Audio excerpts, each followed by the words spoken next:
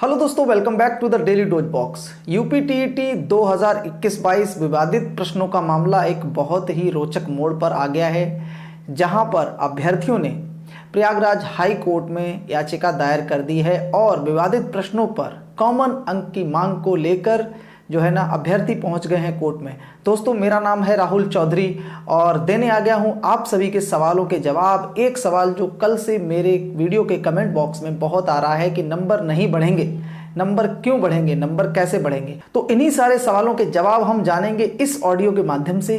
तो ऑडियो पूरा जरूर सुनिएगा, आप लोगों के लिए बहुत ज़रूरी है। उत्तर प्रदेश टीईटी 2021-22 विवादित प्रश्नों को लेकर जारी किया गया ये ऑडियो आप सभी अभ्यर्थियों के लिए बहुत ज़्यादा ज़रूरी है।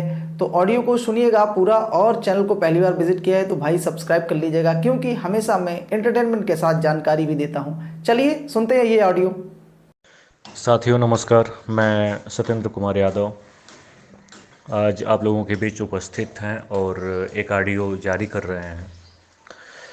इन प्रश्नों को लेके जो माननीय इलाहाबाद हाई कोर्ट में मामला जा रहा है यूपी टेट 2021 का, तो जो विवादित प्रश्न हैं उन विवादित प्रश्नों को लेके देखिए संशय हर समय बरकरार रह रहा है और लगातार लोग पूछ रहे हैं कि सर कौन सा प्रश्न है।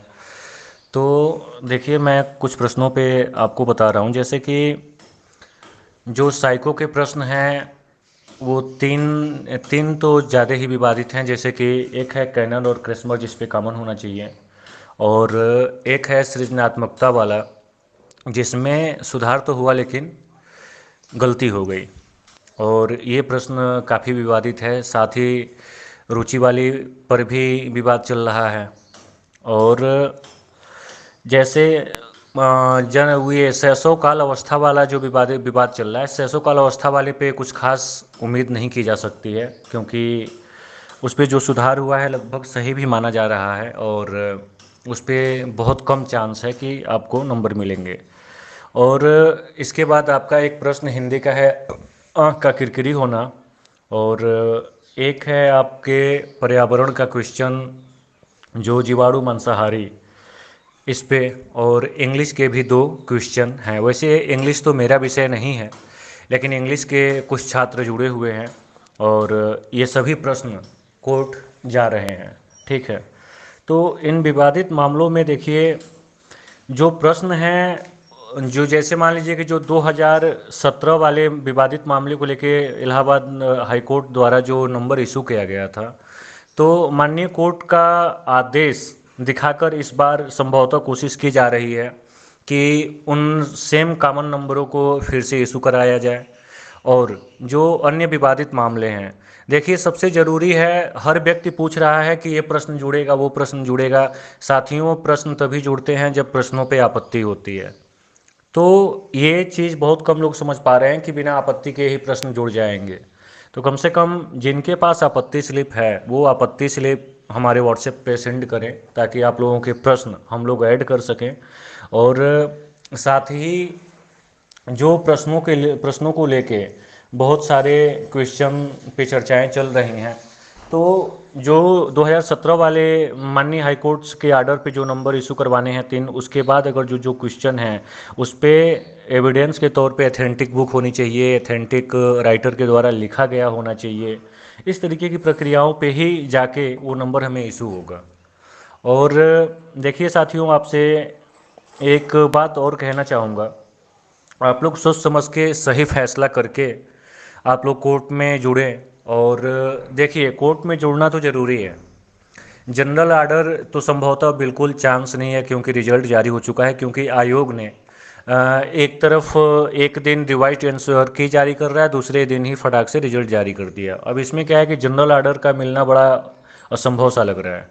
तो सिंपल सी बात है, जब भी ऑर्डर आएगा वो याची ऑर्डर ही आएगा। तो बड़ा महत्व दिया जाता है आपत्ति को लेके, आपत्ति का होना बड़ा ज़रूरी होता है। तो इसमें जो याची ऑर्डर आएगा, जो याची लोग बने हैं उनको लाभ मिलेगा। साथ ही जो लोग जुड़ रहे हैं, तो आप लोग एक विशेष ध्यान दीजिए कि जो लीड पेटिशन है, लीड पेटिशन के साथ जुड़िए, क्योंकि जो अन्य पेटिशन हैं वो सारी पेटिशन लीड पेटिशन के साथ जुड़ेंगी। और जो भी भाई बंधु केस को लड़ रहे हैं। मैं तो शुरू से मतलब मैं जानता हूँ इन सब मेट्रो में होता क्या है, इसलिए मैं शुरू से ये बोलता रहा कि सभी लोग एक साथ एक मंच पर आके लड़ें। चर्चाएं भी कुछ लोगों से हुई, लेकिन फिर लोगों के मन में पता नहीं क्या हुआ, सब अलग अलग अपनी रिट फाइल करने लगे। और सबको ये था कि नहीं, हमारा अलग फाइल होगा, हमारा अलग फाइल होगा। सभी लोग अलग अलग ग्रुप बना के अपना रिट को लेके चर्चा करने लगे। खैर, मैं किसी को रोक नहीं सकता, जिसकी जो इच्छा है वो जहाँ जाए वो रिट अपना दाखिल कर सकता है। और यहाँ तक कि मैं ये भी कहना चाहता हूँ कि मैं कभी किसी याची को ये बाध्य नहीं करता कि आप नहीं, आप वहाँ नहीं, हमारे यहाँ आइए। आपकी जहाँ इच्छा है आप वहाँ जाकर जुड़िए, ये आप लोगों की इच्छा है। लेकिन इसमें एक बात विशेष ध्यान देने योग्य है, जो पूरे प्रदेश के जितने भी भाई बहन प्रशिक्षु हैं, इस बात को गौर से ध्यान दें कि जो लीड पिटीशन होती है हमेशा ही वो आगे रहती है और सभी उसी के साथ टैग होंगी सिमिलर मैटर के नाम पे। तो जब टैग हो जाती हैं तो लेके सर पे भार और चलना पड़ता है, और इस लड़ाई को लड़ने के लिए लीड पिटीशन को ही लड़ाई लड़नी पड़ती है, सीनियर एडवोकेट से लेके जैसे भी जो भी प्रक्रियाएं करनी पड़ती है। बाकी पीछे से तो लोग टैग करके निकल लेते हैं, कोई दिक्कत नहीं। लेकिन अब जो आगे है, अब साथियों ये सोचिए कि अगर आप लोग हम लोगों के साथ लीड पिटीशन के साथ अगर आप नहीं जुड़ेंगे तो कहीं ना कहीं तो हमें भी समस्या होगी। तो इसके लिए हम इतना ही विशेष अनुरोध आप लोगों से करेंगे कि आप लोग साथ दीजिए, साथ जुड़िए। और जब लीड पिटीशन हमारी है तो लीड पिटीशन में आप लोग जुड़ेंगे। देखिए, जो जिनका लीड पिटीशन नहीं है वो तो बीच से, जैसे कुछ लोग पैसे कम करके अपना लुभावना दे रहे हैं, कोई 200 कोई 300, तो 200-300 में कोई केस थोड़े लड़ सकता है। वो तो एक ये है कि ठीक है भाई, लोगों को इकट्ठा करो, पीछे से फाइल अपनी दूसरे में टैग करा देंगे, अपना धीरे से साइड हो गए। इसमें कमज़ोर कौन होगा? और इसमें घाटा हम सभी प्रदेश के प्रशिक्षुओं का है। और देखिए साथियों, मैं ये भी कहना चाहूँगा कि अगर एक अभ्यर्थियों का, छात्रों का दर्द अगर कोई समझ सकता है तो वही समझ सकता है जो खुद भी अभ्यर्थी हो। और जो बाहर से लोग आते हैं पता नहीं क्या क्या करते हैं और छात्रों के मैटर में कूद जाते हैं, ये चीज़ उचित नहीं है।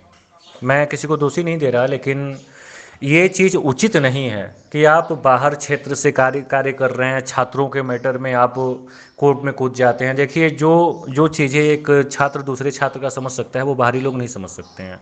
और उसी स्थिति को देखिए आज बहुत सारे, मैं सभी चैनलों को नहीं कह रहा हूँ, लेकिन कुछ ऐसे भी चैनल हैं, यूट्यूब चैनल, जो देखिए लोगों को गुमराह कर रहे हैं।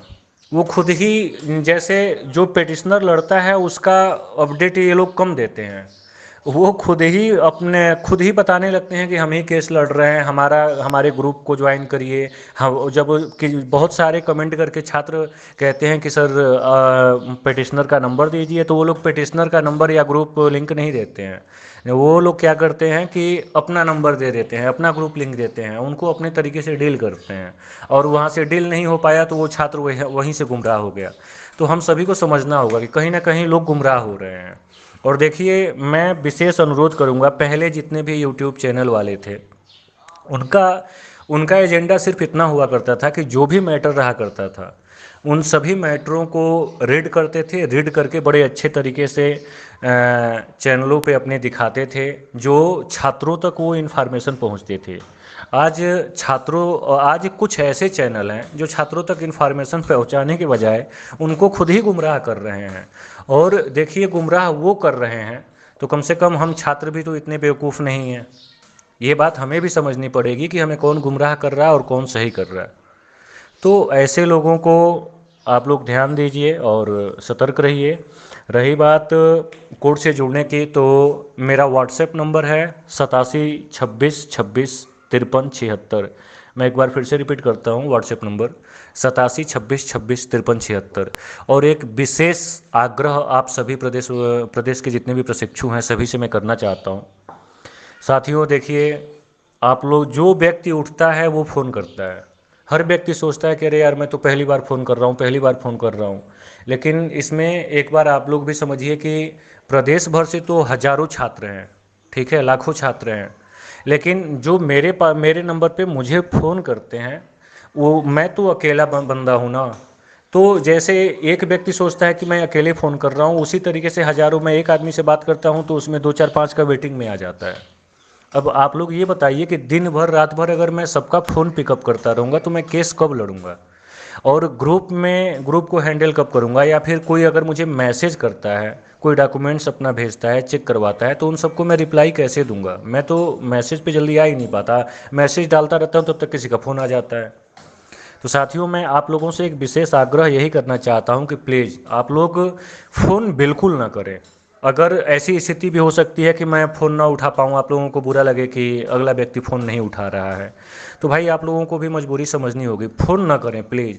आप लोगों को जो जिसको भी करना है वो मेरे व्हाट्सएप नंबर पे, इसी नंबर पे मुझे व्हाट्सएप करिए आप लोग, और व्हाट्सएप करने के बाद जो चीज़ पूछना चाहते हैं आप लोग पूछ लीजिए। मैं बिल्कुल बेकायदे आप लोगों को रिप्लाई दूंगा, और मैं सबको रिप्लाई देता हूं, चाहे कोई भी हो।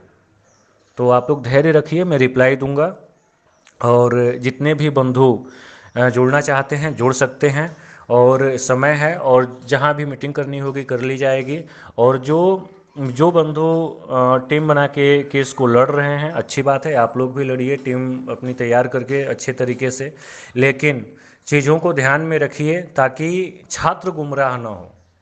सबसे ज़रूरी है कि जो छात्र हम लोगों पे विश्वास करके जुड़ रहे हैं वो छात्र कहीं ना कहीं गुमराह ना हो, और छात्रों को गुमराह करके कभी सफल नहीं हुआ जा सकता।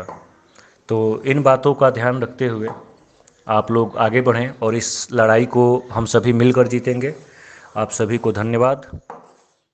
यूपीटीईटी 2021-22 में ज़रूर आप सभी को कॉमन अंक मिलेंगे, क्योंकि 2017 में सिमिलर क्वेश्चंस पर, ऐसे ही क्वेश्चंस पर हमारे प्रयागराज हाई कोर्ट से जो है ना आदेश आ चुका है।